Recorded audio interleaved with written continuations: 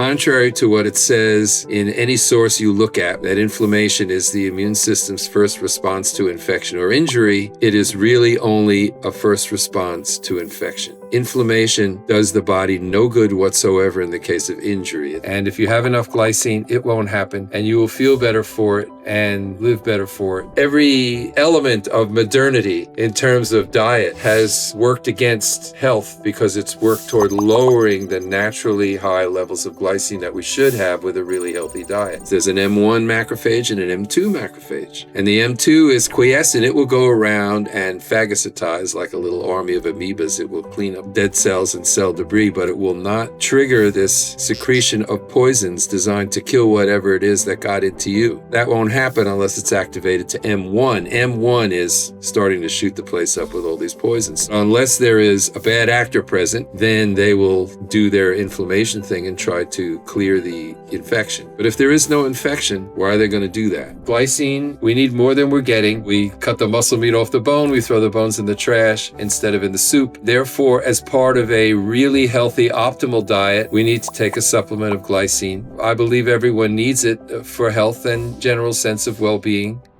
Joel, starting back in 2008, you began supplementing with 10 grams of glycine a day.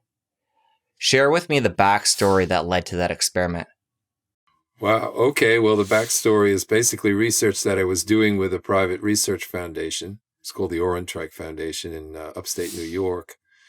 And they had actually found, and published in 1993, that if you feed rats, it was Fisher 344 rats, if you feed rats a diet that is almost deficient in methionine, an essential amino acid, the chief methylator in the body. If you feed rats a diet that is not quite deficient, just enough to keep them alive, and let them eat as much as they want, you just have the content of the food very low, they actually thrived. They didn't grow to normal adult size. They stayed small, but they actually lived 30 to 40% longer than control rats. And they termed this methionine restriction. They restricted the intake of the amino acid methionine. Well, that was reproduced a number of times. Other labs picked up on it. It was reproduced by other labs. It was reproduced in mice. So it became a real thing, as they say, a methionine restriction as something in aging research. And so I was a consultant to the foundation at the time. And so they asked me to think about how we could simulate or somehow produce the effect of methionine restriction without actually restricting the diet in methionine, because you see, methionine restriction is a very, very difficult diet to do. When you take out all the foods that have much methionine in them, you have the blandest thing going, meats, fish, poultry, just about everything, mushrooms even, anything that gives anything any flavor. A methionine poor diet is a very difficult one to stick to, very unpalatable. So one of the things I thought of originally first was a drug called spironolactone, a blood pressure drug, which is well tolerated and been around for a long time. Why? Because it's excreted by methylation, as many drugs are. And if you use up methyl groups, you use up methionine. So that was the whole idea. How can we use up methionine? Well, in studying the literature and looking at methionine metabolism, and by the way, methionine metabolism is something that everybody who studies biochemistry learns. There is the methionine cycle, recharging methionine, which uses up, it gets activated to SAMe, which is the activated form of methionine. It methylates stuff, whatever needs to be methylated. It becomes S-adenosyl homocysteine, which becomes homocysteine. And then that has to be remethylated. See, methionine is essential, but because it's so essential, the body has lots of ways of recycling it, regenerating it, reusing it. So the methionine cycle is the classic one. And so everybody learns about that. Well, anyway, so methionine is cleared by methylating things. And it turns out from work of others at the time, 1980s, 90s, and moving forward from there, it turns out that what seemed to be the clearance mechanism for excess methionine, because it's treated by the liver as toxic if there's too much, is what's called glycine N-methyltransferase. All the methylating enzymes are called methyltransferases. They transfer methyl groups.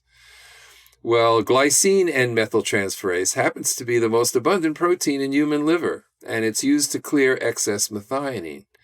So what happens is, right after you eat that cheeseburger, which is loaded with methionine, instead of that classic methionine cycle kicking in, what happens is that the liver actually starts getting rid of methionine as fast as it can using this hyped up, activated glycine N-methyltransferase. I published the two biochemical pathways for methionine metabolism that were different from the ones that were published, in that every time you see published biochemical pathways, they always try to show everything on one page. And even if you're an expert in the field, too many arrows, too many lines, like they said about Mozart, too many notes, it was just, a blur. So what I did is I said, well, what is the pathway? What does it look like when you have a lot of methionine coming in, when you're eating that cheeseburger or absorbing that cheeseburger in your gut?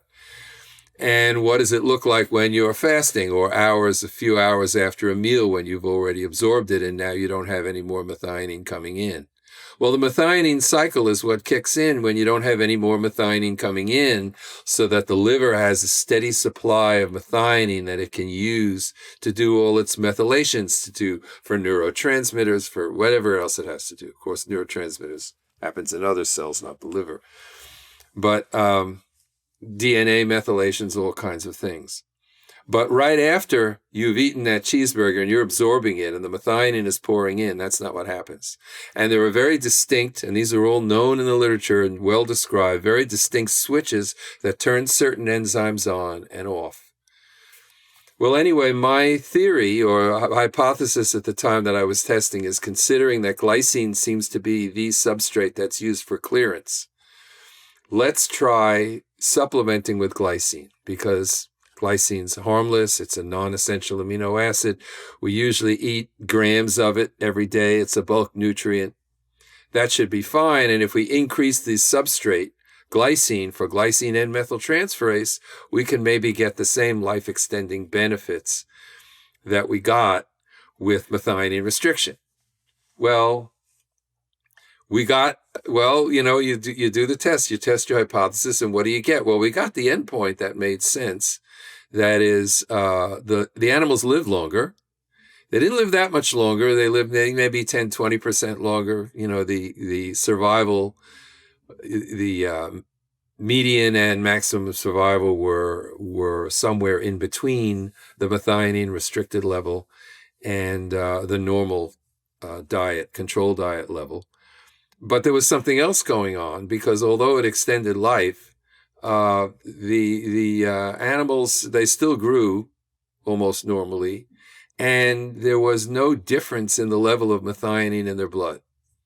So something else was happening that was not methionine restriction, but glycine supplementation was moving in the same direction. It was prolonging their lifespan. And this is, by the way, this kind of animal research it's really the great kind of animal research to do. But, the technicians have these rats and these mice are like pets to them. They live in cages. They eat as much as they want. They're well taken care of. They're cleaned all the time, and they live as long as they live. And nothing is done on them. Nothing is manipulated with them or tested on them, really, until autopsy, till after they die, however long they live. So that's the kind of animal research that that I like to do. Way back in my career, I had to do some other animal research, and I didn't much care for it. But anyway, so this is good. And that was a nice result, but something else was going on. Well, in the meantime, in reading the literature, I came across some work that was done in the 1990s by a group in UNC, a scientist named Thurman. What was his first name now? I forget his first name. His name is Thurman, Thurman, at UNC, and he's a toxicologist. And he had written a number of papers. His group had published a number of papers. And then I think he died of a heart attack in 2001, and his group was kind of scattered to the four winds. But they published quite a body of work, some of it published posthumously, which really explained the mechanism of what glycine did in terms of inflammation. It seemed to have wonderful benefits in all kinds of white blood cells, macrophages, lymphocytes. And they demonstrated a number of things with this research. Number one, that it acted through what's called a classical glycine receptor, because glycine had long been known as an inhibitory neurotransmitter in the central nervous system, the brain. That's why it promotes healthy sleep, as they say when they sell it to you in a health food store, which it does. I get a lot of testimonials from people who say, wow, for the first time in my life, I actually had a good night's sleep, stuff like that. It doesn't make you sleepy, but if it's time to go to sleep, it will help you do that. Anyway, so they had Thurman's group had also had demonstrated that it was the very same classical glycine receptor that exists in neurons that exists in white blood cells. They subsequently showed it also occurs in platelets.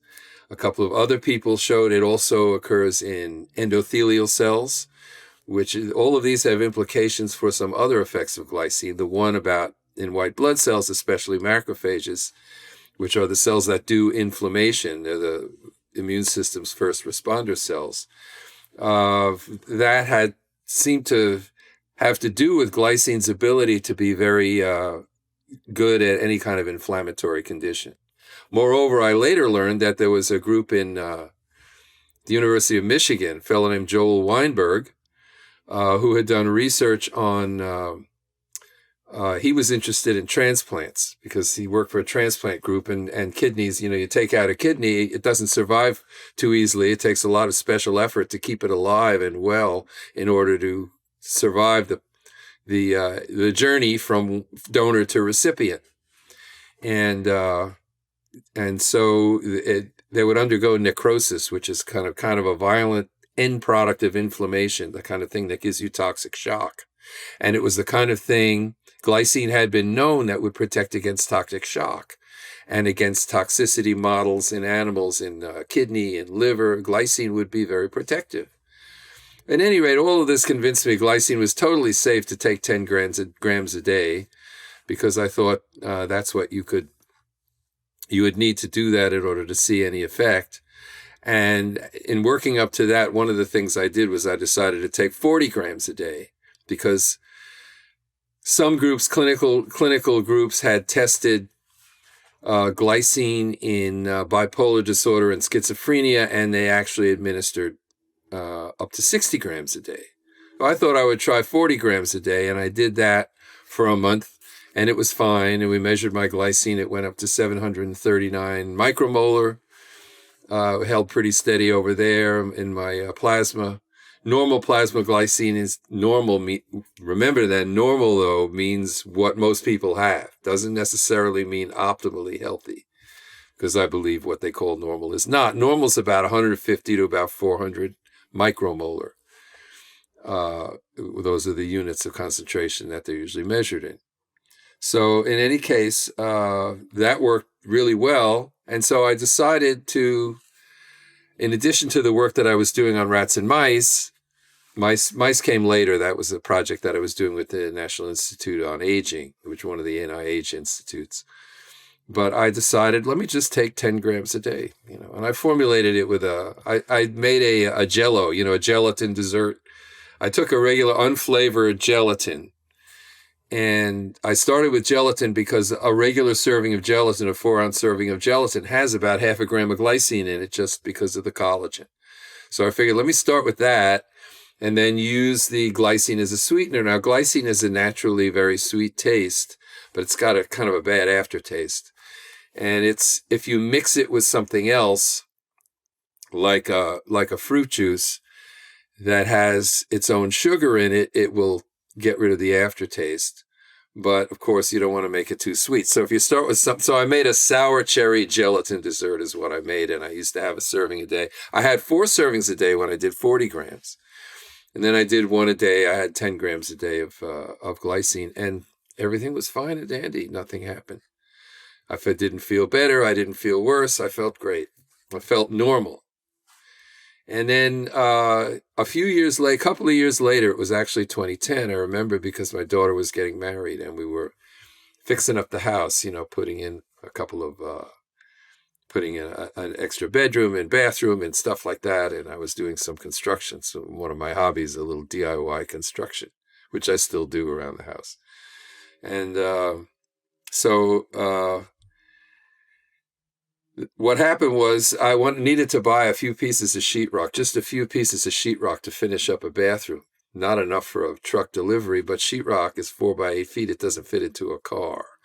So what I would do is I would go to the Home Depot, climb up on top of the stack of sheetrock with my 4-foot rule and my utility knife, and measure bigger pieces and cut it into smaller pieces that would fit in the car. And my wife was,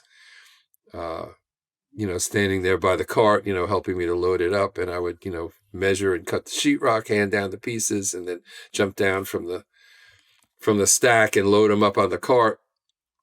And then I must have gotten distracted and stepped the wrong way, and wham, I went right down directly on my tailbone from a 4-foot stack of sheetrock onto a concrete floor. So my wife was horrified. She was already envisioning the trip to the ER, But I was able to get up, and it hurt. It hurt a lot for about half a minute or so. But then I was able to, work through the pain. It wasn't too bad, and finished what we were doing, went home. Unfortunately, that night we actually had tickets to a dinner dance. So I figured, well, we can go to the dance. I don't have to dance. I can eat dinner. I got to eat dinner anywhere. But I figured I would try it, and then I was able to dance, and it really wasn't too bad. And then the next morning, I felt absolutely normal. I had this huge bruise on my lower back.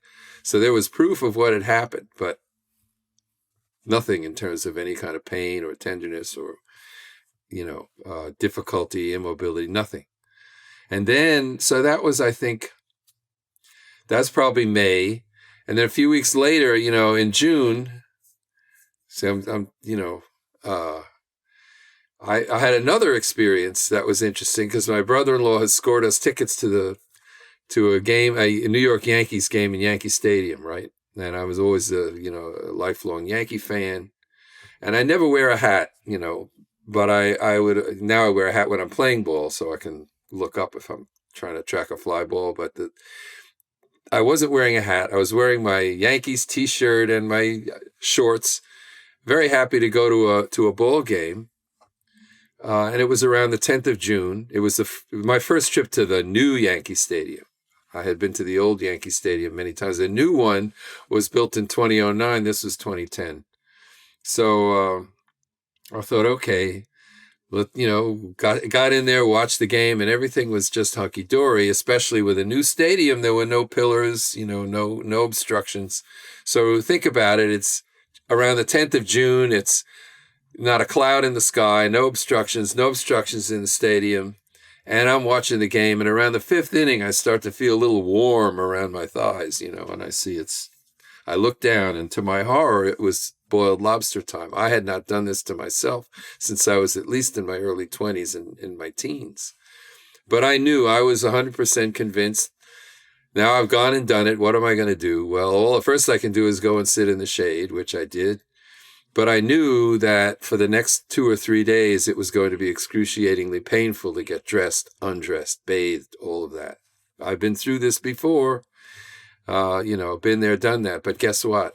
It just started to fade. The redness just started to fade. And then it just continued to fade, and nothing ever happened.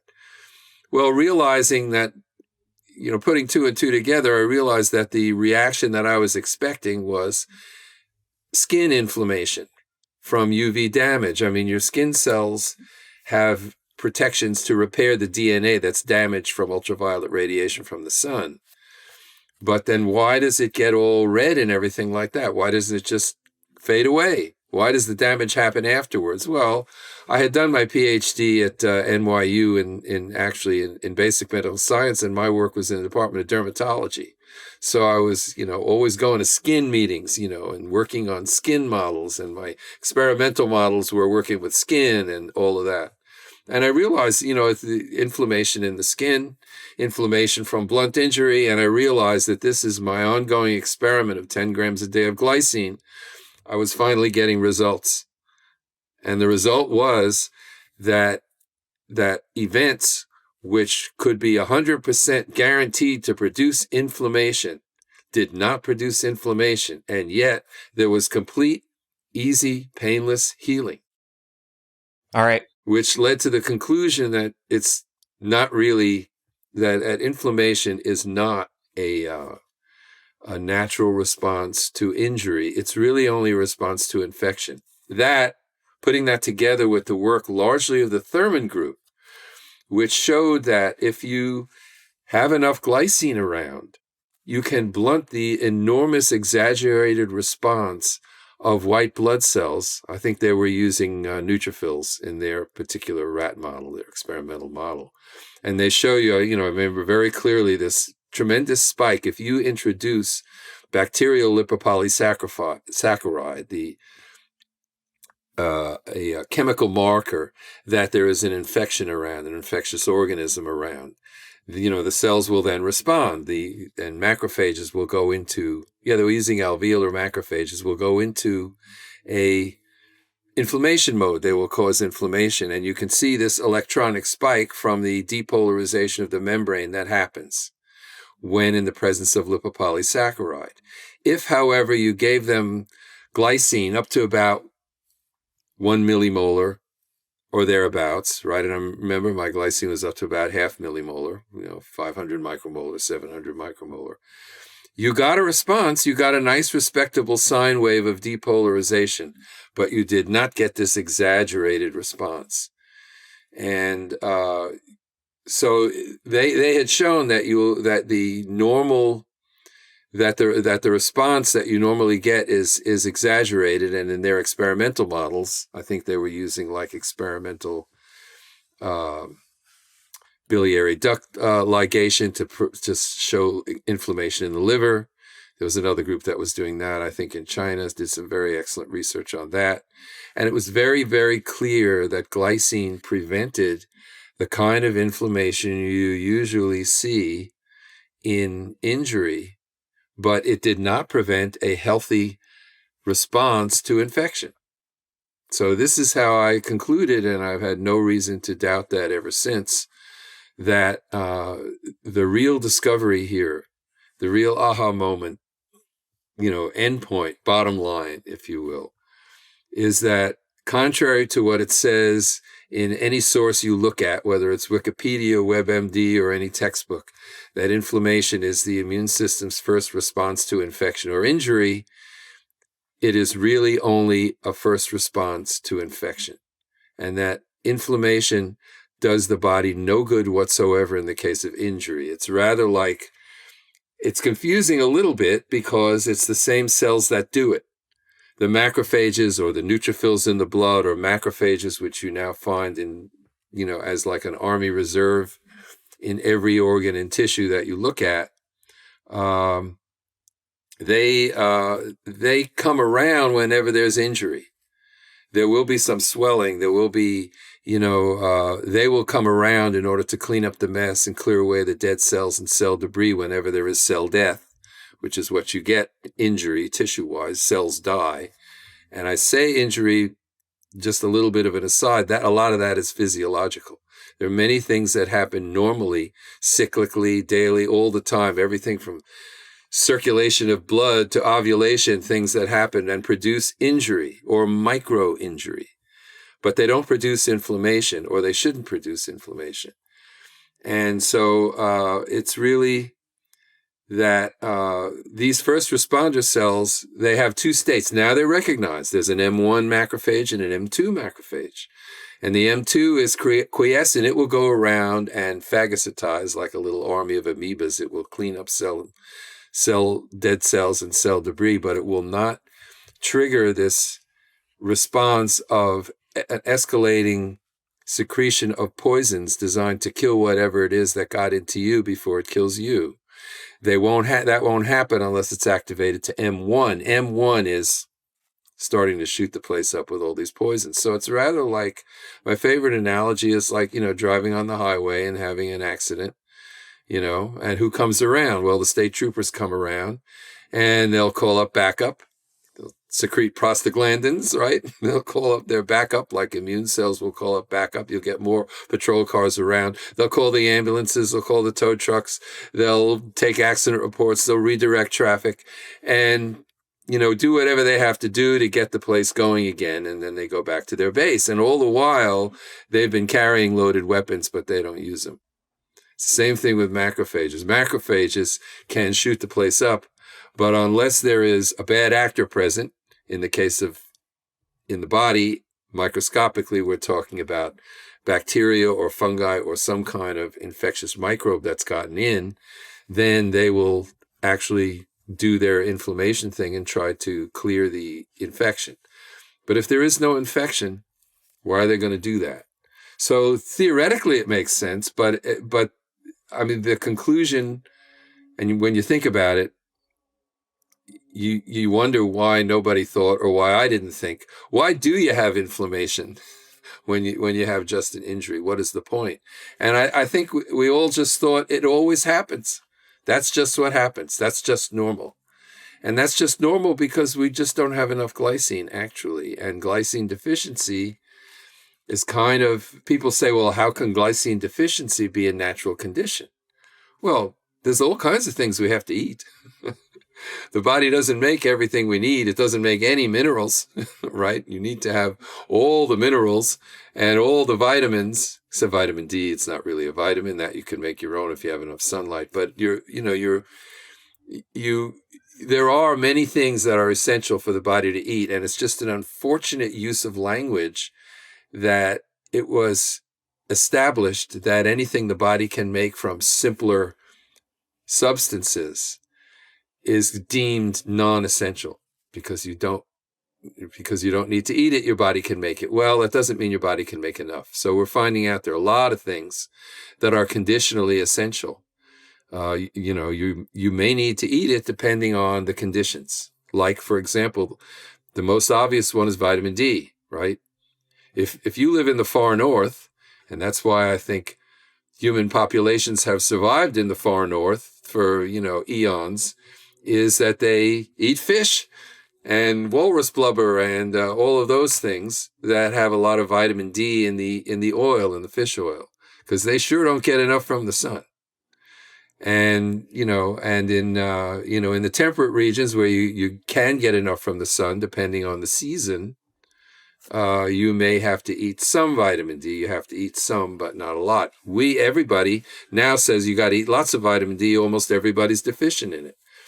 Why? Well, in the natural, uncivilized human populations, what would happen in the temperate climate in the winter?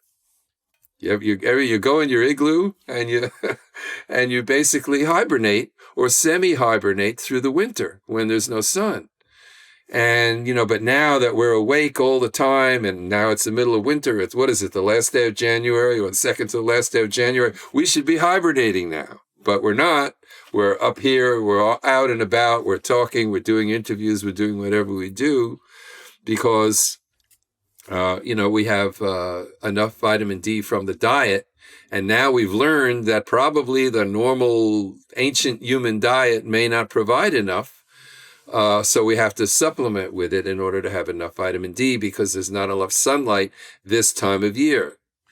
So these that's all understandable, but I only bring that up as an example of another nutrient that is conditionally essential. However, people still think of glycine as a non-essential nutrient. Why did they think of vitamin D? How come we've been talking about vitamin D deficiency now for quite a number of years? Because it was called a vitamin. So they made a mistake and called it a vitamin, even though your body could make it from scratch or Yes, from scratch, actually, from 2 carbon units. And yet, because it was unfortunately misnamed a vitamin, we appreciated that you could be deficient in it. But because glycine was misnamed non-essential, well, then it's like all the essential jobs everybody had during the pandemic. It's, sorry, I think I've knocked out my one earphone. There we go. No, all good. I'll jump in here and share my thoughts around what you've been talking about as of late here. To me, the missing piece is the fact that our diets have gone to just eating the muscle meat. Because if we were to eat the whole animal Right. and get things like collagen, gelatin, make bone broth, then we're getting the glycine on a regular basis and complementing naturally the methionine. Right. The way I put it is to say that whatever culture you come from whatever part of the world, your grandma or your great-grandma didn't throw the bones into the trash. She threw the bones into the soup because, everybody needed that. We now are in an age and a particular era of civilization where we have an overabundance of food.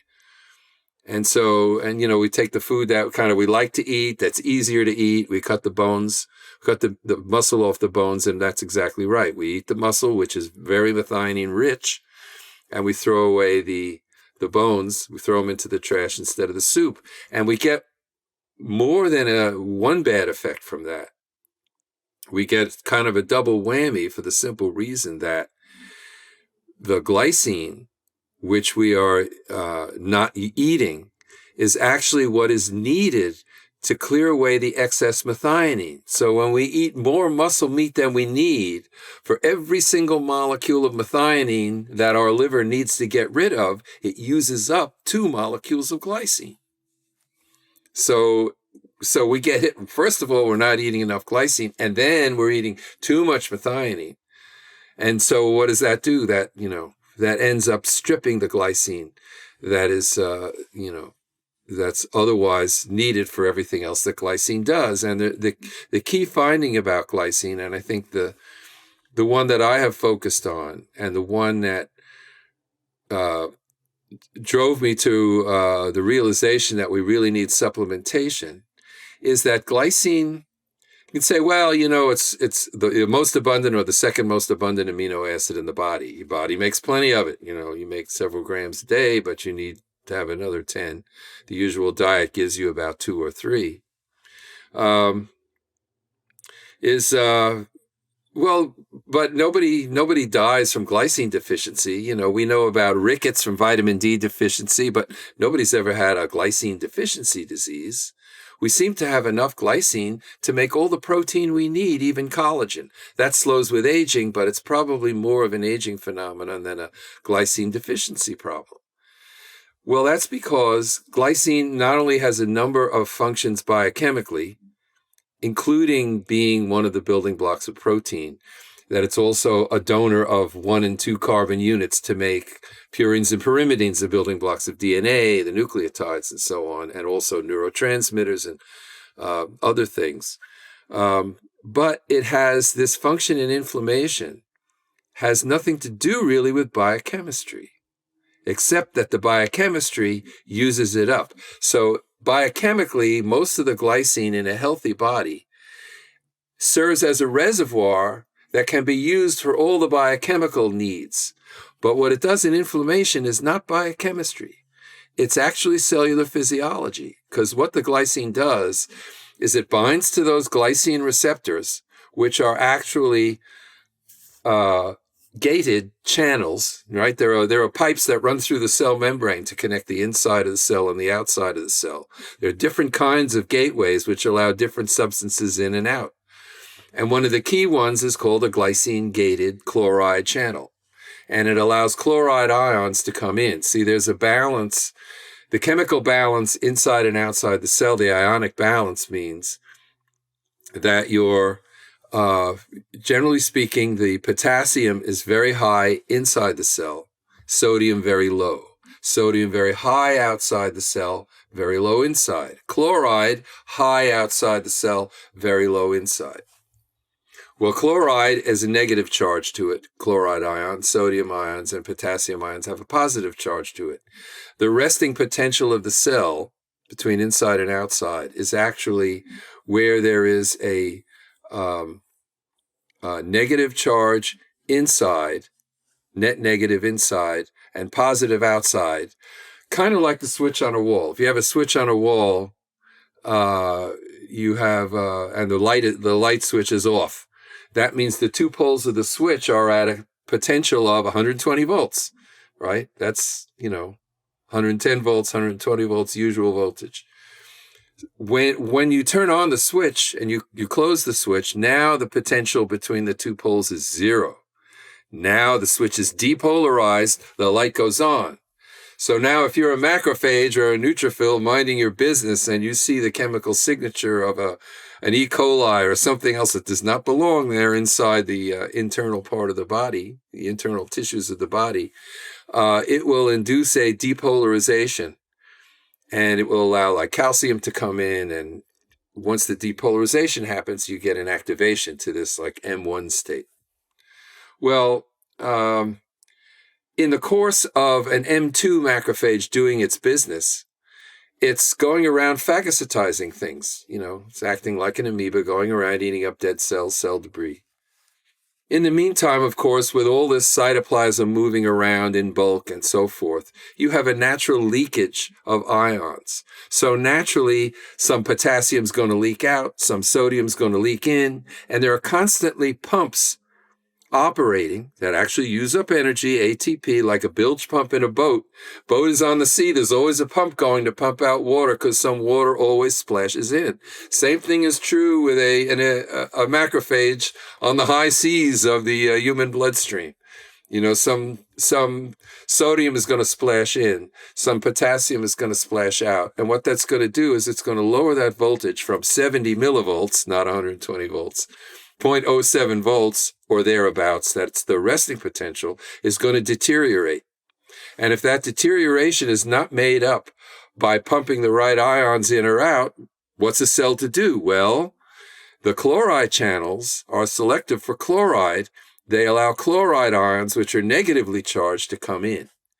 So when those channels are open, the chloride ions come in, hyperpolarizing the cell because it's ordinarily negative on the inside, positive on the outside.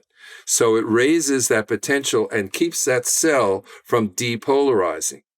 And the more glycine you have, the wider open the glycine-gated chloride channel. So the glycine molecule is not participating in any reactions biochemically.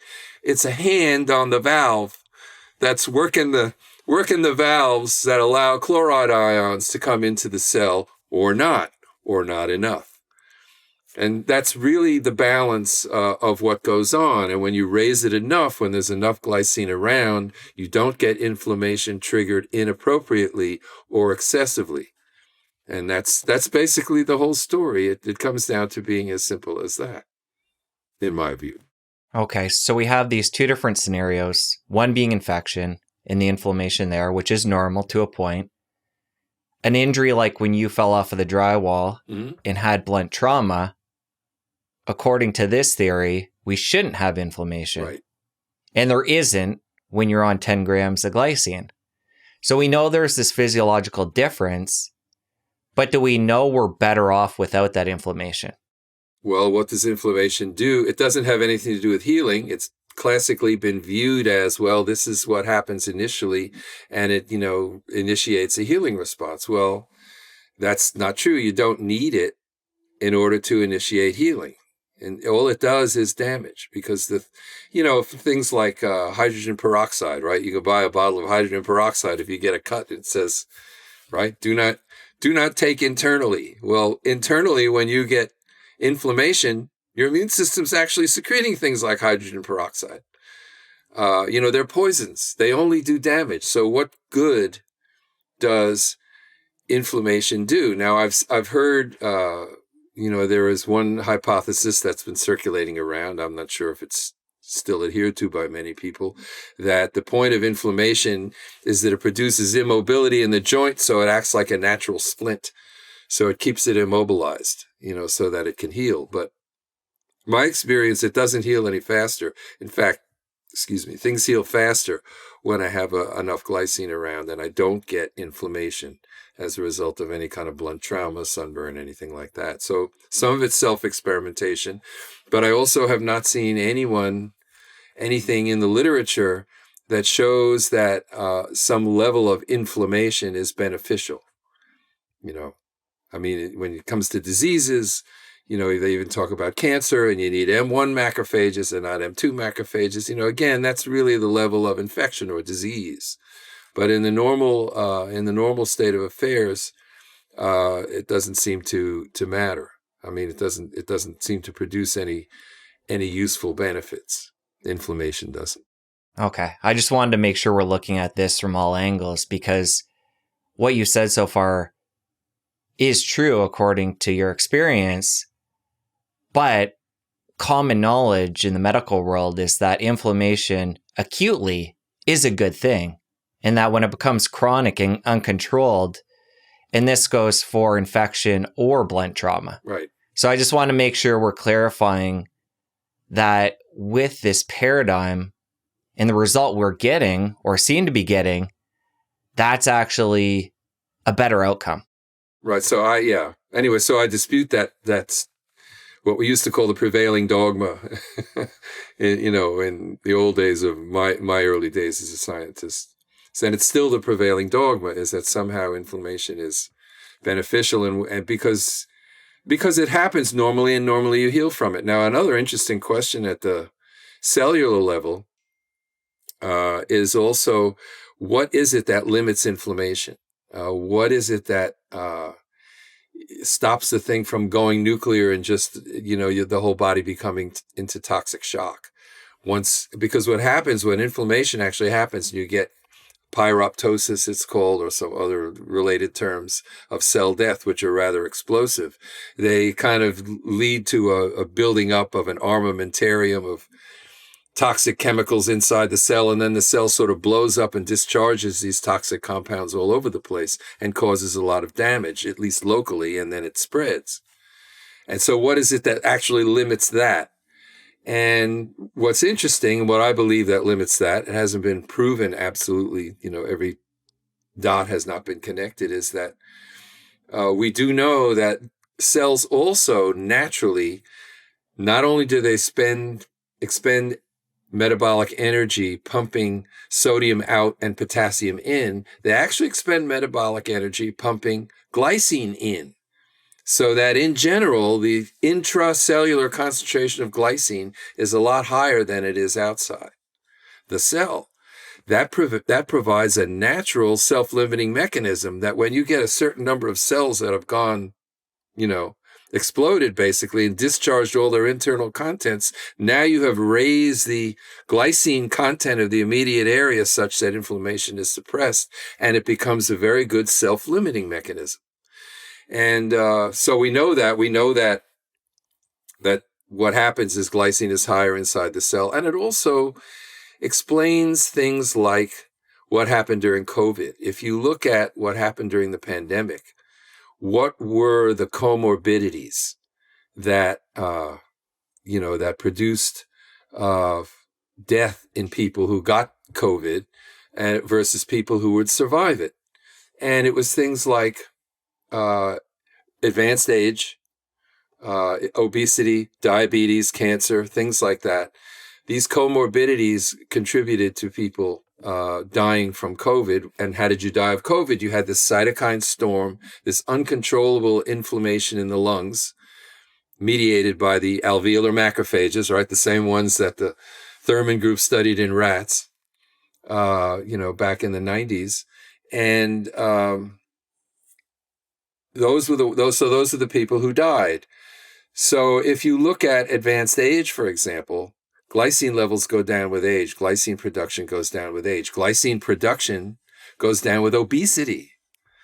The synthesis of glycine goes down.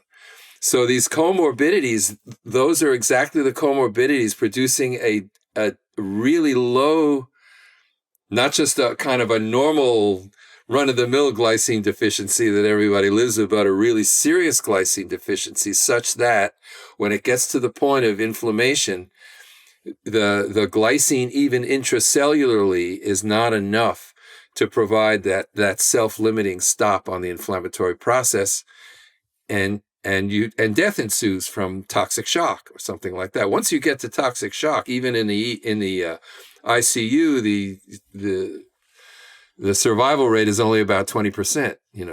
Usually using normal means of treatment. So anyway, it's another thing that explains it. It's interesting when you go on this journey as a scientist and you come up with a hypothesis and you test it and you say, well, it looks like that's confirmed. And then as news comes in from different researchers, from your own experience, from other people's experience, everything seems to just fit.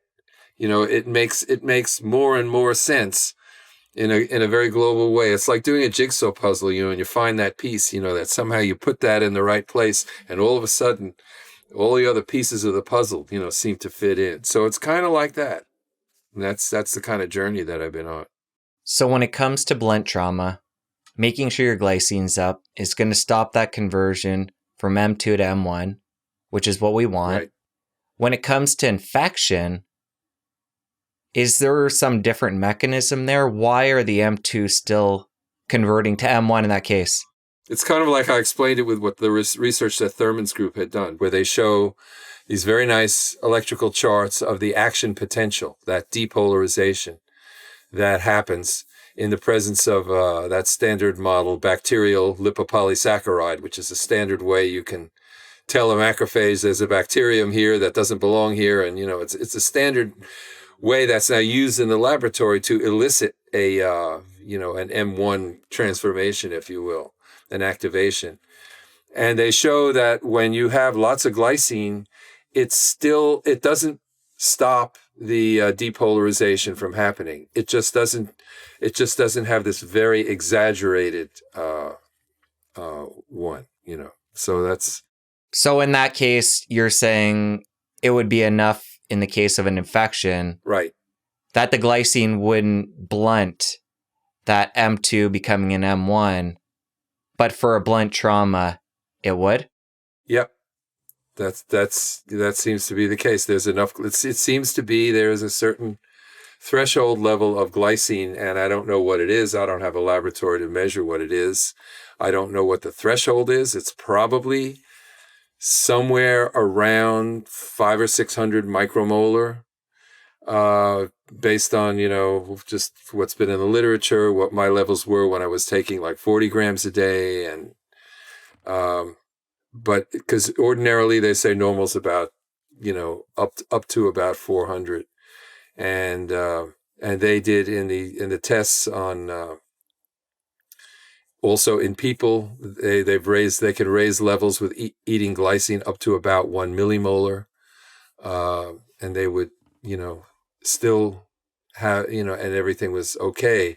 What's interesting is, of course, in deciding to formulate a product that people could buy, because I thought, well, this is great theory I have here, and I have lots of evidence, but I'm going to end up fighting with academics for the rest of my life. And even then, most people will not ever know about this. So that's precisely why I decided to make a product and sell it, because I saw that it was really totally harmless. And it had been sold as supplements, but not with any particular indications. But I also knew that it was non-toxic. Now, it's interesting, if you go to the toxicology to see how toxic glycine is or isn't really, the best literature is actually in the prostate surgery literature, in the urologic surgery literature, because there is, for benign prostatic hypertrophy, there's a standard surgical procedure called a TURP. They call it like a roto-rooter job, where it sounds like a very, very crude procedure, and it is. They'll go in like a roto-rooter thing and chop up the urethra and the prostate around it. And it's been done for 100 years. They still do it because it's really well tolerated and it really works. So they'll do that, and then the patient will recover fairly easily and quickly. But if you look at the literature, typically the way they do it is they use, for an irrigation solution, they use 2% glycine. Why? Well, you don't want to use salt water. Salt in an open wound, not a great thing for irrigation. So they wanted to use something that's not, not a salt. So, but yet it has to have the right ionic strength just to be like blood plasma. So they use glycine. They use 2% glycine. Other people don't like it because of so-called transurethral syndrome, which happens if you get too much. You may get some transient effects. You may get a transient headache. Even if it's very high, you may get blindness that lasts for a few hours and then goes away, but everybody's fine. And if you look at the levels in cases where they have documented what the levels of glycine go into in this TURP surgery, they'll find that it goes up to like 100 times normal. It'll go up not 100 millimolar, it'll go up to like 10 micromolar, and nobody dies from it. Nobody gets any lasting harm from it. So my hypothesis really as to what goes on in this transurethral radial or radical prostatectomy surgery is that it's tolerated really well, because now you have such high levels of glycine in you that you're not going to get any inflammation or pain resulting therefrom for several days. So it's a very well tolerated procedure. As I say, they still do it. That surgery was perfected in 1925. So that's where you'll find, if you really want to know how much glycine is toxic, that's where you really find out. And you find out, I do not believe that you could actually absorb enough if you eat it or drink it to be toxic. That, in that surgical scenario, is where they irrigate, where they actually sort of pumping it in basically directly into the venous circulation. And so the levels can actually get astronomical, but it still doesn't hurt anybody. So that's one of the things that told me, this is really, really safe. I don't think you can actually eat enough to cause any serious toxicity. Okay, so it's safe. Yeah. But somebody brand new to this, right, if they're going to supplement or start including, saying, bone broth, collagen, and really up the dose, is it better to go slow, or does it matter? Well, all I can say is just try it. I mean, I tried it and I never had any side effects. And I find that with customers, most people don't have a problem with it. I would say a small minority, some people will get they'll get diarrhea or gastric upset from it, but it's transient. Some people will say they get dizzy from it.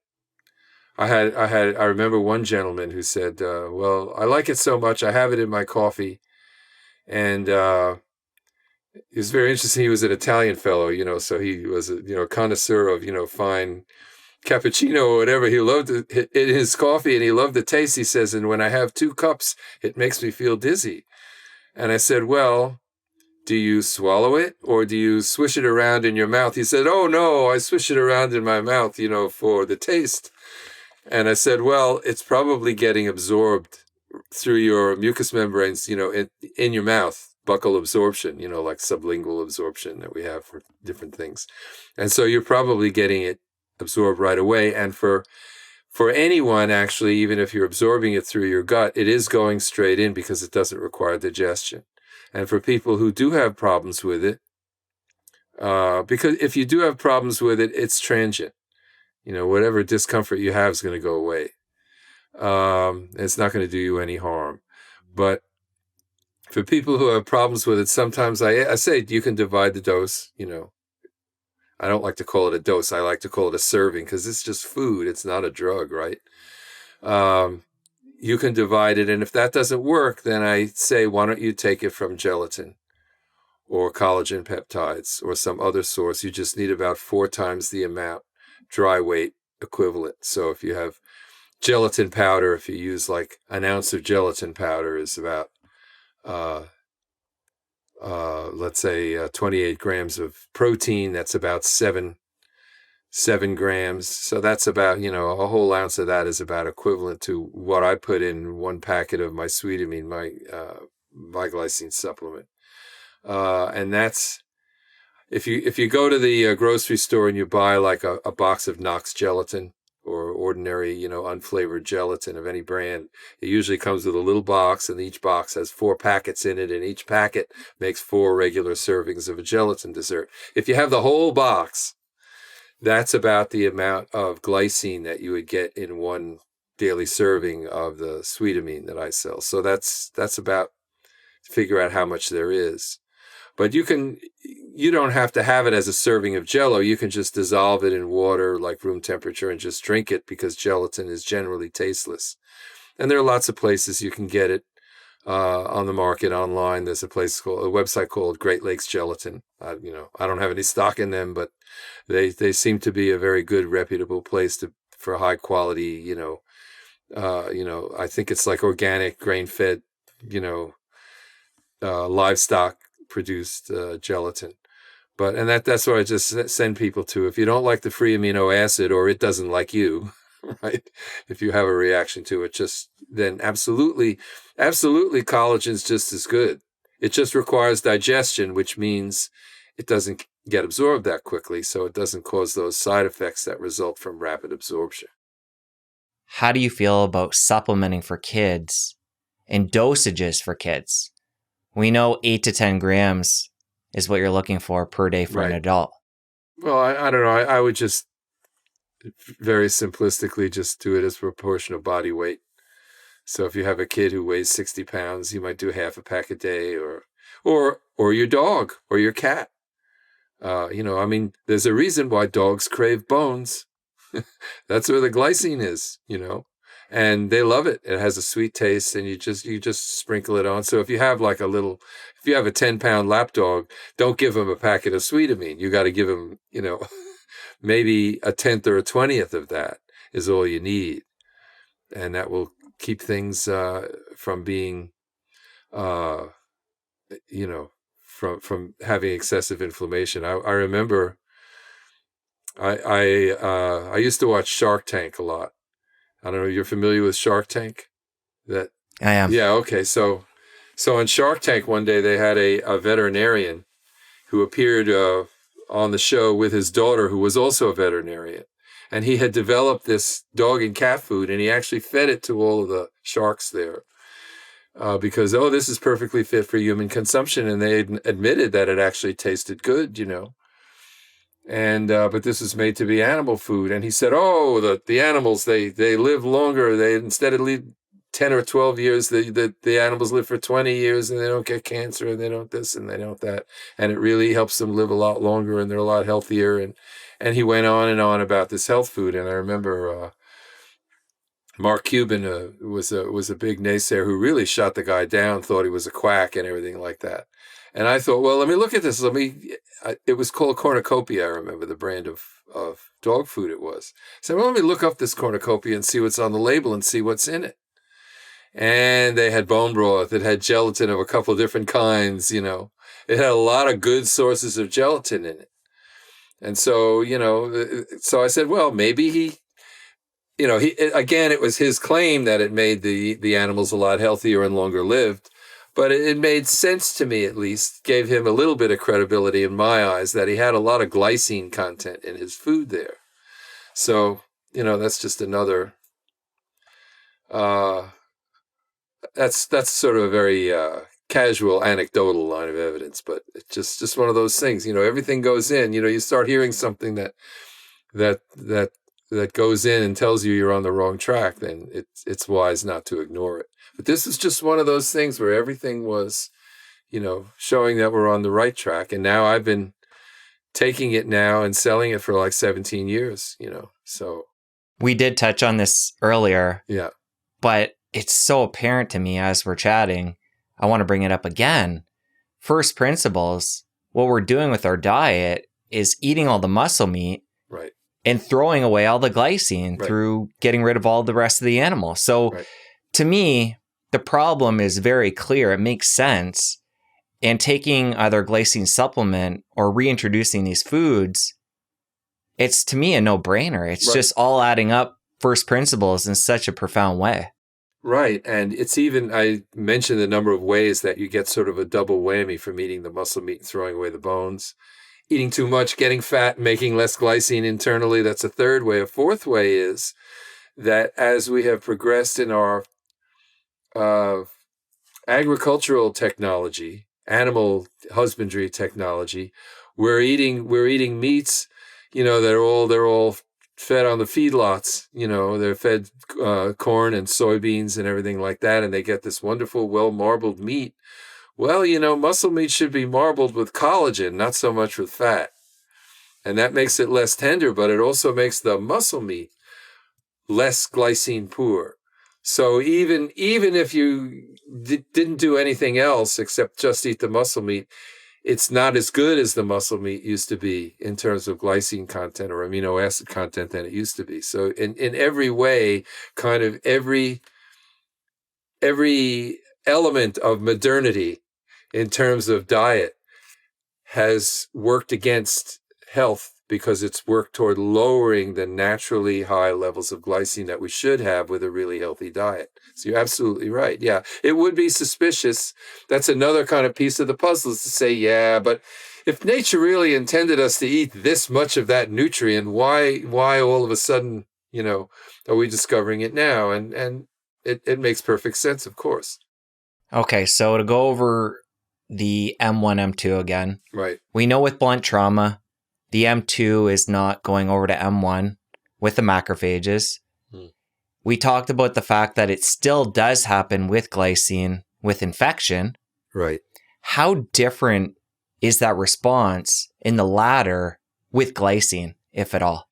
Presumably, it would be, of shorter duration. I mean, as much as it takes to clear the infection. I'm just trying to think now in cases of infection, where has it, well, certainly glycine has been shown certainly in animal work, and I don't even know if they've done it with people, but it's very well established with animal work. This was actually in the 1990s with the Thurman group, that it prevents toxic shock. So that's certainly a case where infection, where the reaction is overly active. And by preventing that, you actually save the life. Now, so as I say, this has been done in animal research a lot. And unfortunately, I don't know that it has been tried. I haven't seen it in the literature that anyone has tried glycine therapy for, toxic shock. And yet, that's it's kind of a no-brainer, you would think, for something so simple and safe and natural to try it, because it's worked so well in animals. So I would say the reaction must be different. It's certainly adequate. If you have enough glycine, it's adequate, because there's nothing that shows that glycine, that people who take glycine have more or more enduring infections. I've just never heard of that. So, I mean, if it had a materially different reaction at the cellular level that was actually relevant, then I would think we would see it at the whole body level, right? So I don't know. I'm certainly not aware of it. Okay, so just to be clear, you've never seen a case or cases where taking glycine has prolonged an infection and tamed that down in a way where the body actually can't heal normally? No, I've seen it help. I mean, again, first of all, I'm not a clinician. So I give dietary advice. I don't give medical advice. But what I have during the pandemic, I had a friend who his dad got COVID. The whole family got COVID, but his dad got really sick, and they took him to the hospitalist in Poughkeepsie, New York, and they put him on a ventilator, and he wasn't really getting any better. And they were just going to, not treat him with anything. And he pleaded with them, oh, please, please, please, please. He was like 12 days on the ventilator. And finally, they were able to stabilize his condition. They probably gave him some prednisone. That's finally what, later in the pandemic, they realized it's all about inflammation. Let's give him an anti-inflammatory steroid. And that's the standard treatment, I believe, now for COVID pneumonia. And so they gave him that, and he was very, very weak. So they said, well, nothing we can do except send him home. So they sent him home. And my friend, his son, called me up, and because I told him about Sweetamine, my product, and he said, well, what will your stuff help him? What can you do to help him? Because they discharged him from the hospital, and here he is. He literally cannot get out of bed. He has no strength at all. He cannot get out of bed. So I said, well, make some tea and put some of my Sweetamine in it. And I dropped the box off late at night, and my wife said, don't go in the house. This was the pandemic days. Don't go in the house, and you don't want to catch COVID. I hadn't had it at that point yet. And neither did she. And so it was like, we left him a few boxes of Sweetamine at the doorstep, and he called me a few days later, and he said, it was like a miracle. He says, you came like an angel in the night. He said, I put it in his tea. I put a packet in his tea. And the next morning he got up and went about his business. And so I think that in terms of long COVID, and I had other friends also who are, taking Sweetamine. And when the pandemic hit, even though they caught it, it was not, it didn't get to their lungs. In fact, I had one friend who was in her late 60s. She was 67 at the time, a contemporary of mine. I'm 75 now, so she's a little younger. But she had less than a year before, she had like air pockets in her lungs. She had lung surgery the prior year. And now she got COVID, and she was fine. I got COVID, and it was a really nasty intestinal flu, it felt like. I mean, the thing happened with the taste and the smell and all of that kind of stuff and the malaise. So I had I guess a moderate case. I wasn't bedridden, but I really felt like crap. And, I needed to sleep 12 hours a day and stuff like that. But it was not, no coughs, no sneezes, no wheezes. It did not trigger my alveolar macrophages at all, because presumably there was enough glycine there with taking, 8 grams a day that I have in my product. You get 10 because you get a couple from the diet anyway. But anyway, thereabouts, I had enough glycine in my system that it was not even in any respect a respiratory infection, except that I may have got it that way, but it didn't produce any respiratory symptoms whatsoever. I got the fever, I got the diarrhea, I got the can't smell anything for a couple of weeks, and the taste was messed up. All the usual classic signs, and of course the positive test at the blood lab, but nothing in the way of a respiratory infection. Just wasn't. COVID aside, any other stories of people taking glycine and dramatic changes that stand out to you with chronic health conditions? No, not really. I had a friend who had chronic recurring Lyme disease, for example, and he was taking it, but he would still have these flare-ups and so on. So I'm not sure that it really made any difference. Certainly didn't hurt. I have another friend who has gout, and it would make the gout flare-ups much, much milder, but that's not infectious. But in terms of any kind of immune condition like a hypersensitivity or autoimmunity, so I did another little self-experiment with poison ivy. I was very acutely sensitive to poison ivy. You take a leaf of poison ivy and you just barely let it touch my skin, and it would, in a couple of days, you'd see all those bumps, and it would itch like crazy and look ugly and so forth and spread and whatnot. And so I thought, okay, it seems to me that since I've been taking glycine, I'm not so sensitive to poison ivy anymore. So usually get a few sprigs in the yard, that I have to clean up every year, that I do, sort of surgically with rubber gloves and stuff, plastic gloves. So I did. I took a sprig of poison ivy with a plastic glove and I took the back of my left hand and I, rubbed it on my hand just like that a few times. Make sure I got plenty of poison ivy there, disposed of it and so forth. I didn't do any kind of, solvent cleanup or anything. I just did normal hand washing and everything like that. Sure enough, a couple of days later, I got the usual, horrible, ugly looking bumps and whatever. And it itched when it first came out a little bit, but then it just stopped itching and it lasted as long as it usually lasts. The bumps, didn't subside for several days, but it stopped itching. And so I had no problem with it. In terms of infectious disease, I had another dramatic result in that in 2015, I got shingles. So I was, 64 years old, had chicken pox as a kid. Okay, I got shingles. Classic, because I have a friend who's a neurologist. I went to see him and I said, I think I got shingles. And he said, yep, classic. Your diagnosis is correct. You've got shingles. And the way I found out about it is I got up in the morning and I went through my morning routine and I was just in the shower and I was soaping up in the shower and I felt with my fingertips of my right hand, I felt these bumps on my lower back on the right side. And so I looked, in the mirror behind me and so on. And so sure enough, there was like a textbook case of shingles, unilateral, characteristic rash, lower back. Except for one thing, the rash was absolutely painless. This is a rash that's often described as excruciating. People get vaccines for it. I would never get a vaccine for something like that. That was really a minor nuisance. I had it.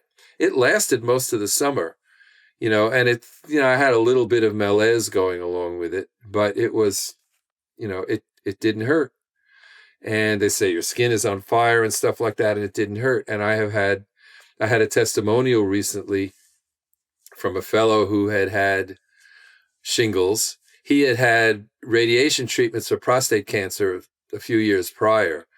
And so presumably that may have sensitized him to it or whatever, but he got a case of shingles.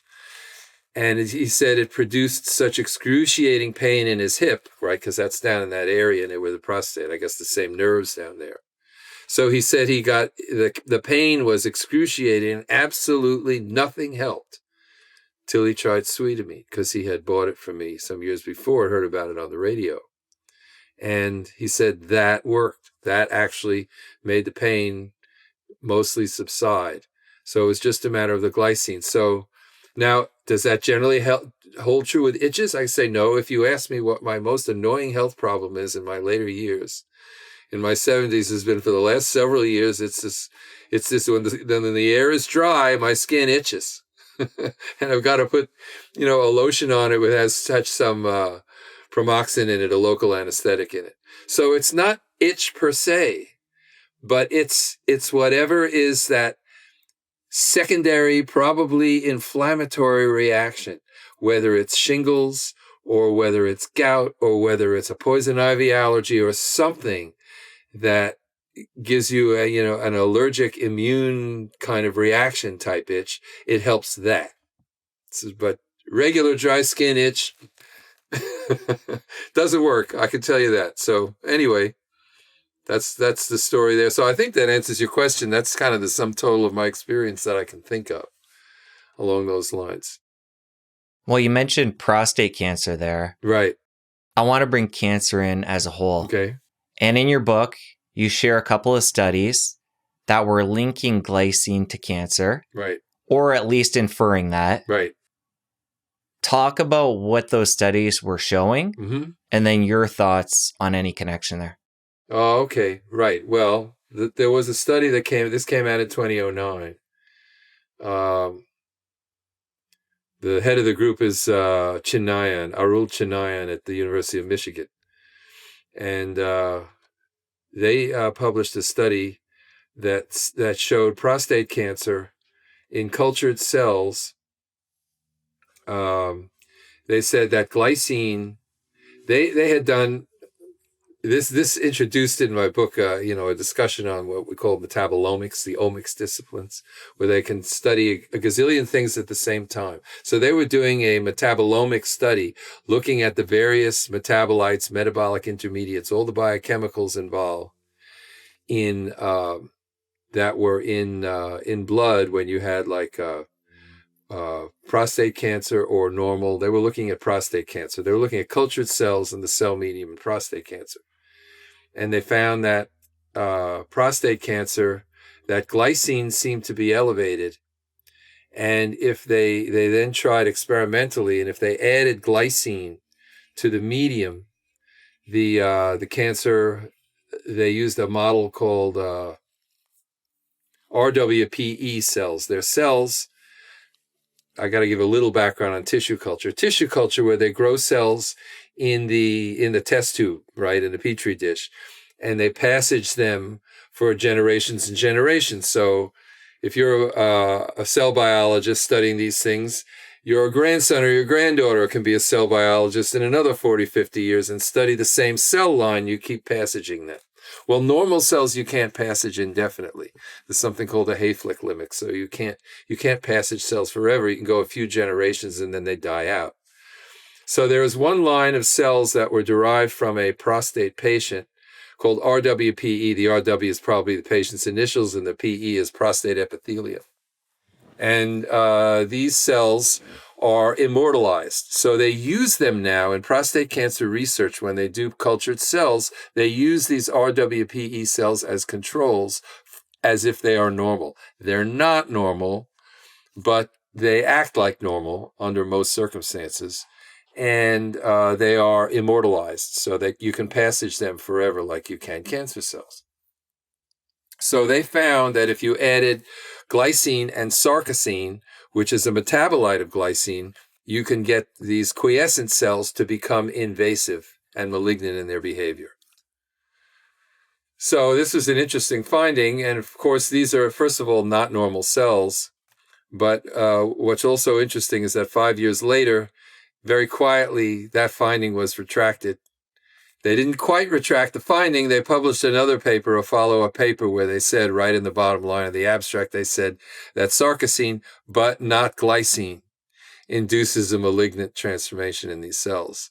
So that one finding that raised the alarm turned out not to be reproducible. Because again, the problem is you're using cells that are not normal as normal controls, just sort of one of the natural or the normal weaknesses of doing any kind of experiments in tissue culture, because you can't use normal cells for long-term tissue culture. So anyway, that kind of went by the wayside. Then there was another study on breast cancer, which showed that most breast cancer cells will actually utilize glycine and to grow more invasively if you give them artificially glycine supplement. Well, so that was interesting. It caused me to kind of look at the whole situation from a point of view of cancer evolution, if you will. We all know cancer or abnormal cells, potentially cancerous cells, happen. They develop all the time in a normal body, but they are taken care of by something called immune surveillance. The immune system spots them and takes care of them, usually knocks them out. It's a complex interaction between lymphocytes and macrophages of different kinds, not fully understood, but at least in broad strokes, it's kind of understood. Well, when a cancer is developing in a body that has chemical conditions that are conducive to development of cancer, diabetes and other conditions which we know predispose toward cancer, not to mention having certain genes that do so.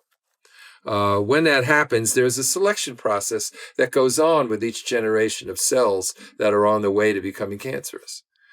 And so as they become cancerous, the more malignant a tumor gets, the more efficient it gets at just multiplying and spreading in the body and not doing the ordinary differentiated functions of that cell type. So they become de-differentiated. So one of the things that ordinary cells do is they have to have this, remember I talked about the whole methionine cycle, those methods of regenerating and recycling methionine. Well, if you're in a body that's overfed and got lots of methionine and is deficient in glycine, you're going to end up with cancer cells that are deficient in recycling methionine because they don't need to. There's always plenty around.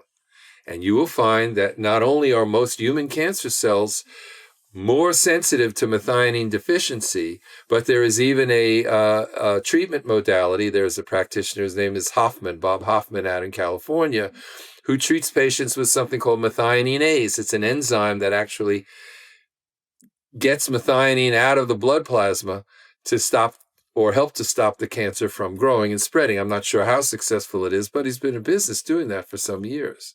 So it is certainly known that those cells are not good at recycling methionine because they evolve in a body that doesn't, where they don't need to because they get lots of methionine. In the same way, those bodies tend to be glycine deficient.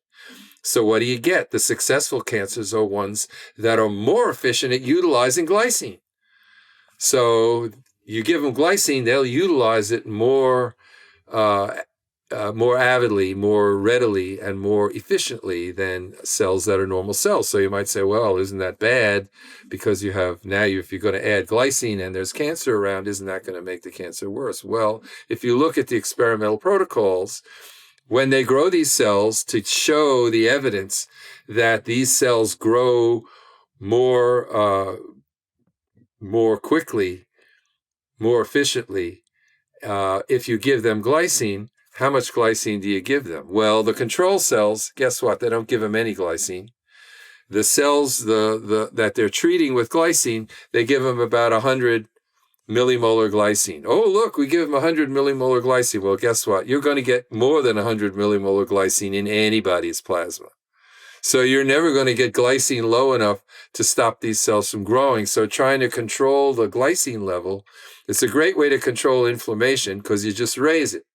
But if you want to lower it to some level where it's really, really low, you can't do that. Glycine is the most abundant amino acid in the body. You need it for so many different proteins, for collagen, and for everything else. You can't possibly get the glycine low enough that you're going to make any difference in a cancer cell's ability to utilize it, because they're going to be able to utilize a small amount of glycine better than a normal cell will.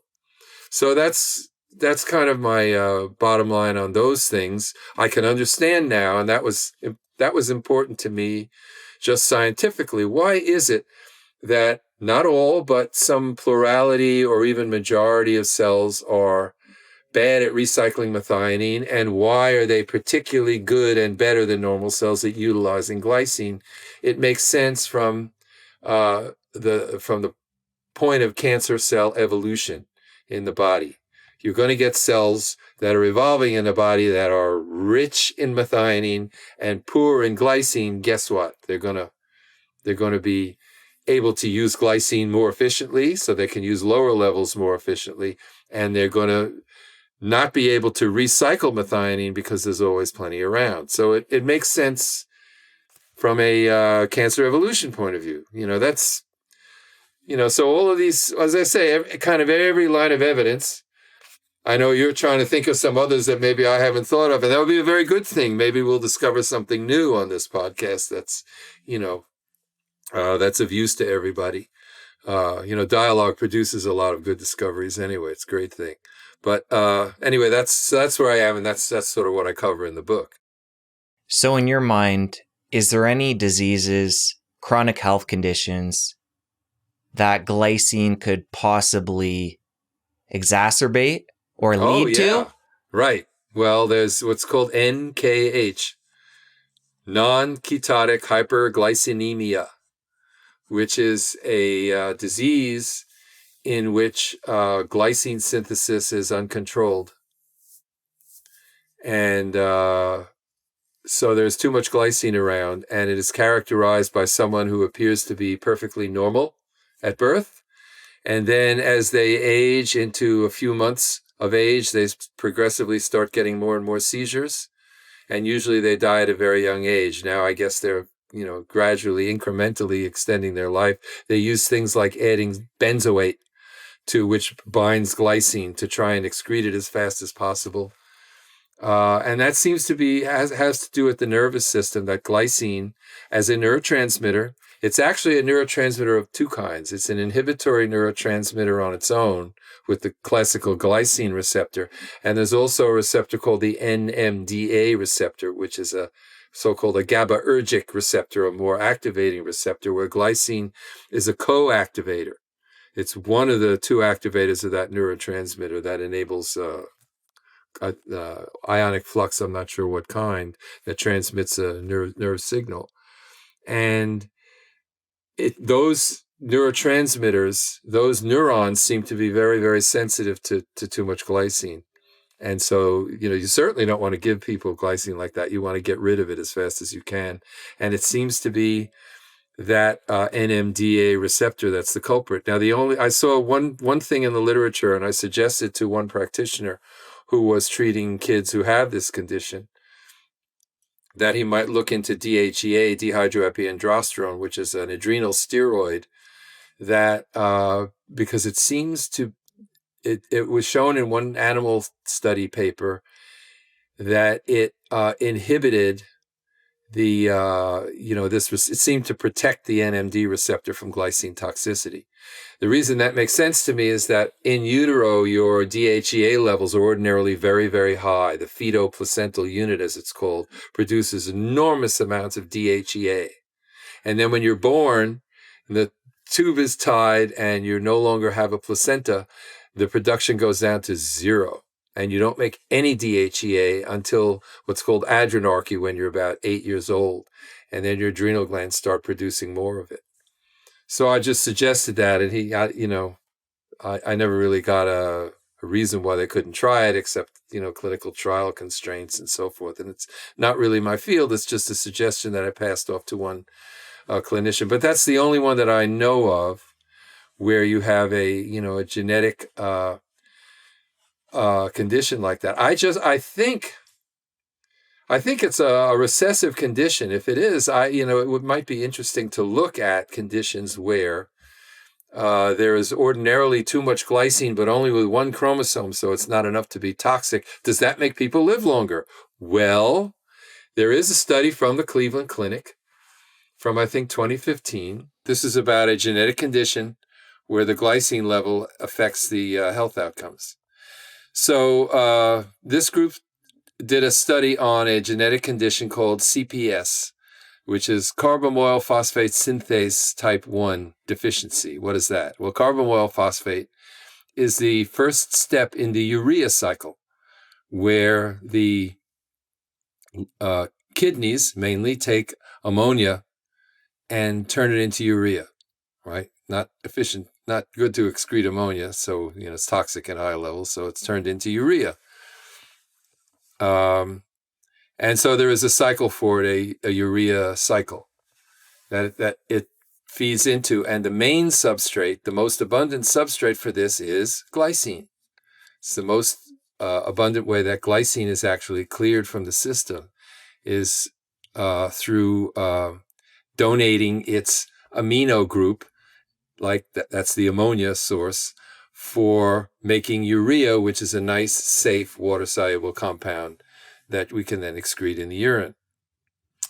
Well, so the Cleveland Clinic, of course, is a very big place. So they got a lot of data from a lot of people. And they looked at a database with something like 67,000 people. And they came up with something like 1,200 people with a genetic defect. And they had people who were heterozygous for CPS1 deficiency. Well, I say heterozygous, which means they had one gene for it. Why? If you have two genes for that, it's fatal. You got to be able to make urea. But you can make it with one gene. However, something very interesting happened. This was a metabolomic study.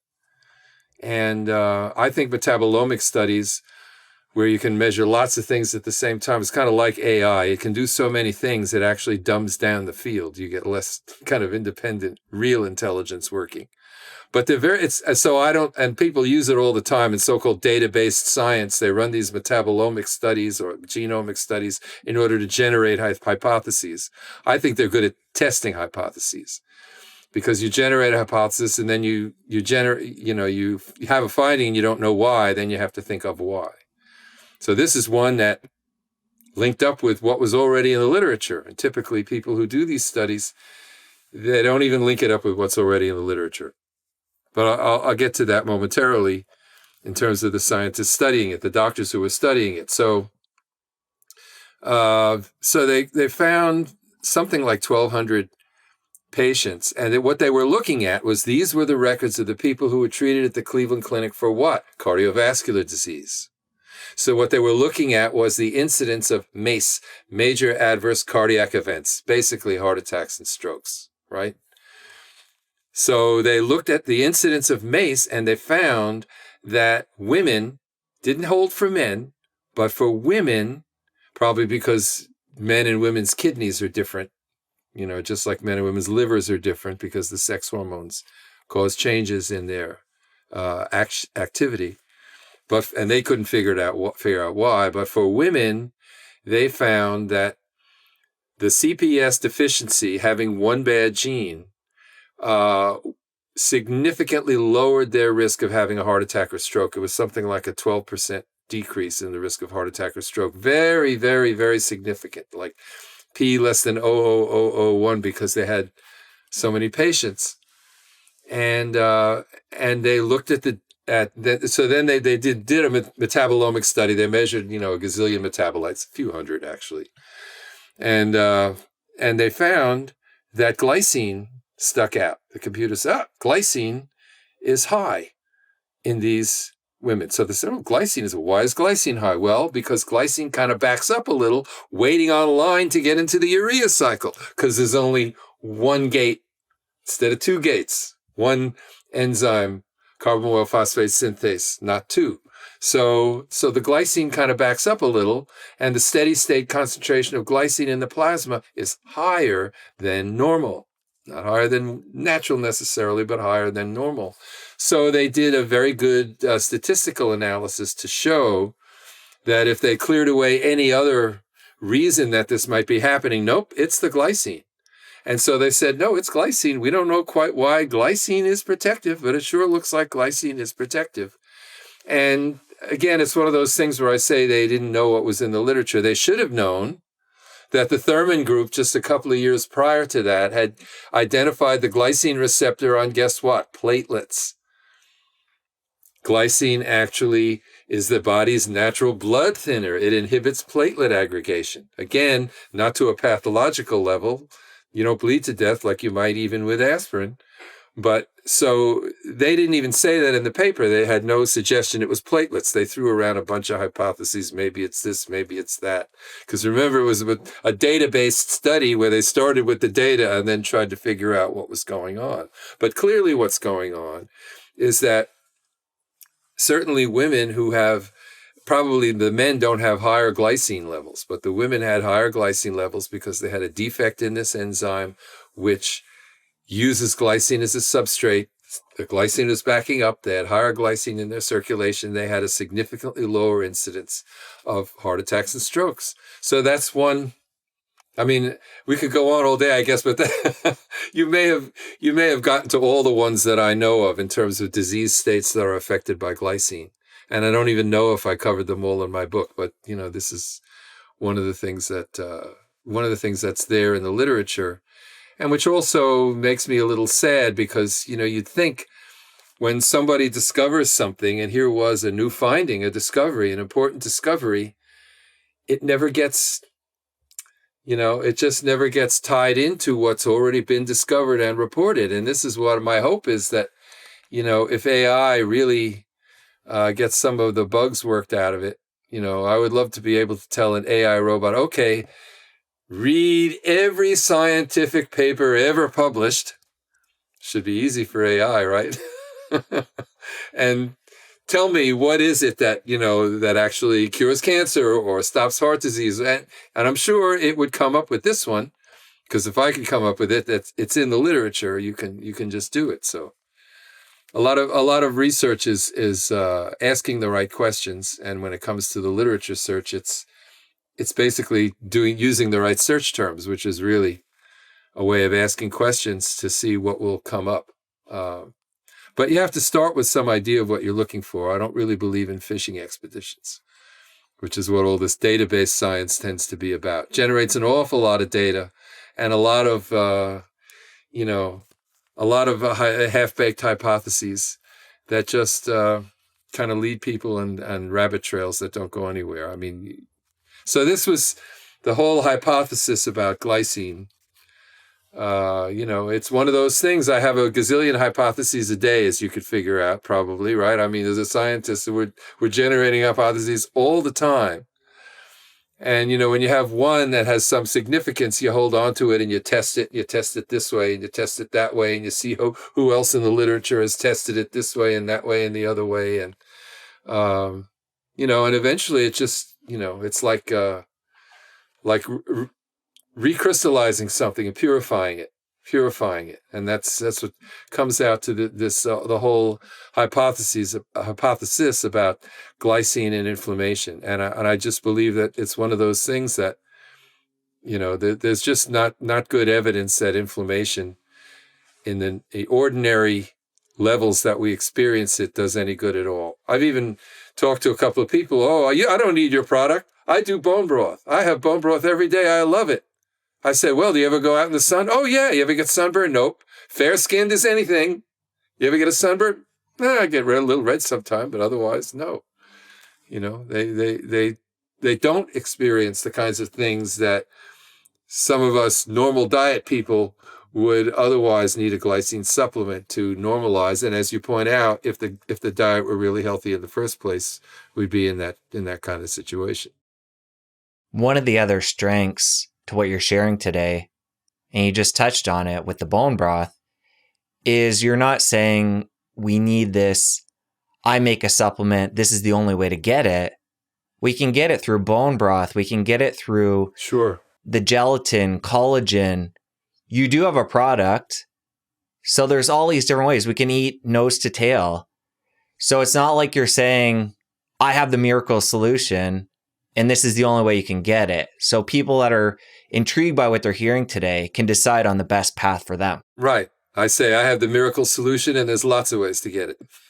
And you can get it from anybody else. Some people say, oh, I can get it a lot cheaper if I buy bulk glycine powder. Well, sure. A lot of the cost is in the packaging. So, of course, bulk stuff is cheaper. You can make your own coffee, or you can go to, is it Tim Hortons up there, or... Tim Hortons, Tim Hortons. You can go to Tim Hortons or Starbucks, or you can make your own coffee. But, for the taste and convenience, just go online, order it, you get it delivered. It's just easy. And I try to make it easy because I want to make it available. And the way I make it available is I also make it risk-free. If you try one box or the introductory packet and you don't like it for any reason, and some people don't like, they say, oh, I can't stand the taste. Okay, fine. Don't send it back. Give it to somebody else or throw it out, whatever you want. Just tell us and you get your money back. If you're going to buy a case of it, oh yeah, give me 15 boxes, and then you don't like it, well, if you want your money back, you got to return the boxes. That's the way I work it. I mean, my father was a grocer, so he sold food. He passed up an opportunity to buy into the New York regional Frito-Lay distributorship back in the late 1940s after the war. And my mother was always mad at him for not buying in. And he said, I don't want to sell junk food.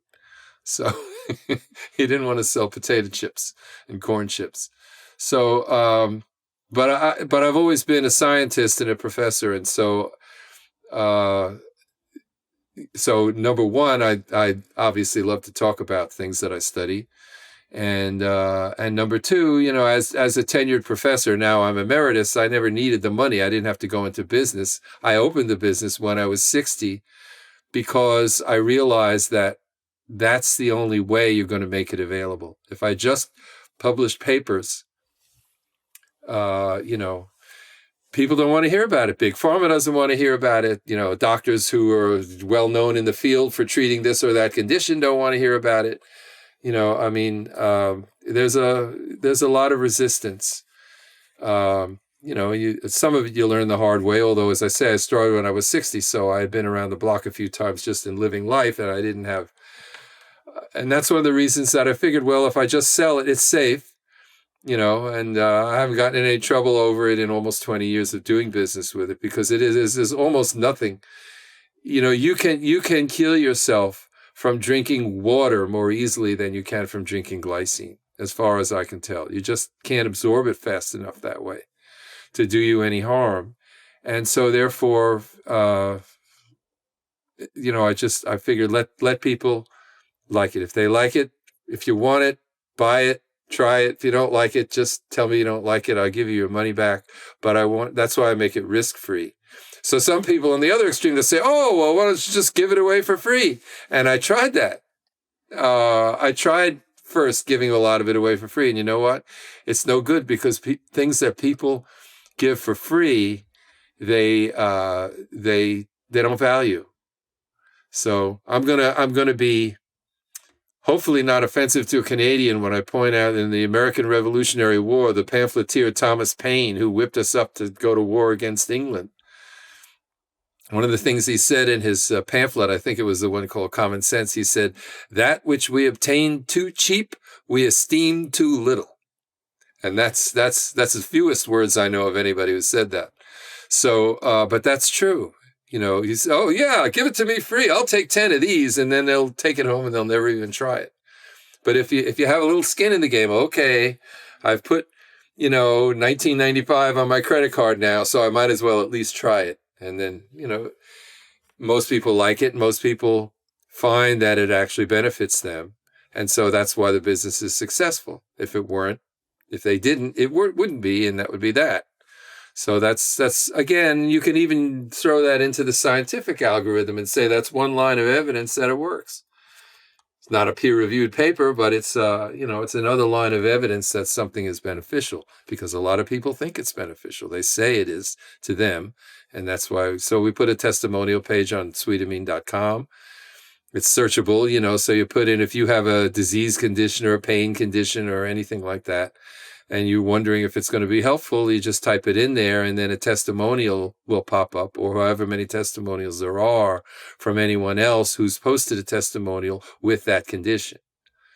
So, so we do that, try to have a website that's informative, and, get on, as much exposure as possible. I really want the word to get out. That was always my aim. And as much money as I make from it, from the most of it just goes into, advertising and getting the word out more. And, that's really my aim. So you can take it or leave it. Buy the product, don't buy the product, try it, don't try it, but do try it. I think, and most people, I would say to most people, even like I was back in 2007, 2008, I didn't have anything wrong with me. I didn't have any aches and pains that I knew of that were abnormal. But I used to get sunburns that, did some damage when I had too much sun exposure. I used to, when I was in my 30s and 40s, and, when I used to live in the Northeast and you get a foot or two of snow, I used to shovel snow for an hour and I was nice and fit. But you know what? The next day, I was sore. But by the time I was in my 60s and taking glycine every day and shoveling the same amount of snow, I wasn't sore the next day. So it helped me, just like you take vitamins. Well, I don't know if it's helping or not. I feel the same. And I would say I felt the same, but, I didn't respond the same to injury, even to physiological injury, a workout, whether it's shoveling snow or going to the gym or a sunburn or a blunt injury or anything. So try it. It's, if you don't like it, you'll get every nickel back without even having to return anything. That's all I say. Well, Joel, we've covered a ton here today.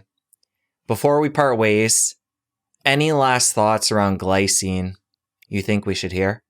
Well, just that glycine is not really a non-essential amino acid.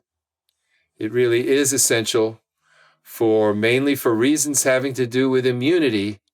So it's not even strictly biochemistry, but you need more of it than you need for biochemical purposes. We need more than we're getting because of the diet that we have. It should have a lot more glycine in it than it does because, we cut the muscle meat off the bone, we throw the bones in the trash instead of in the soup. And therefore, as part of a really healthy, optimal diet and what used to be normal, presumably once upon a time, we need to take a supplement of glycine. And I believe everyone needs it for health and general sense of well-being. And I do sell a product, Sweetamine. You can buy it risk-free. Try it. It's not going to hurt you, and it might help you a lot. Many people help you a lot. Go to sweetamine.com and read about what other people say about it. And I think hopefully, well, the only other thing I could say really is that the real discovery is that inflammation, which everybody talks about, is not really a natural result of injury. It's not a natural response to injury. It's only a natural response to infection. And if you have enough glycine, it won't happen, and you will feel better for it and live better for it. And so I urge you to try it. And if my product doesn't work, use gelatin, use collagen peptide. Get it from somewhere, but get the glycine, because unless you're a real bone broth enthusiast or one of those people like that who's getting enough from what is nowadays a very unusual dietary regimen, you really need it. So get it from somewhere. All right, take home message, up that glycine, however you're going to do it. Right. Flip that inflammation switch when it comes to injury and start feeling better. Right. All right, really enjoyed this conversation. We're going to link up your website in the show notes. Really appreciate you giving me a couple hours to go deep on this. Thank you. Thank you. Thank you for watching. Stick around here for this other great interview. You don't want to miss it. I'll see you over there. The practical basis of the protocol is to get people to realize that it's a three-ring circus that runs life on planet Earth: copper, iron, and oxygen. And if they don't play well together, you're going to have oxidative stress. And there are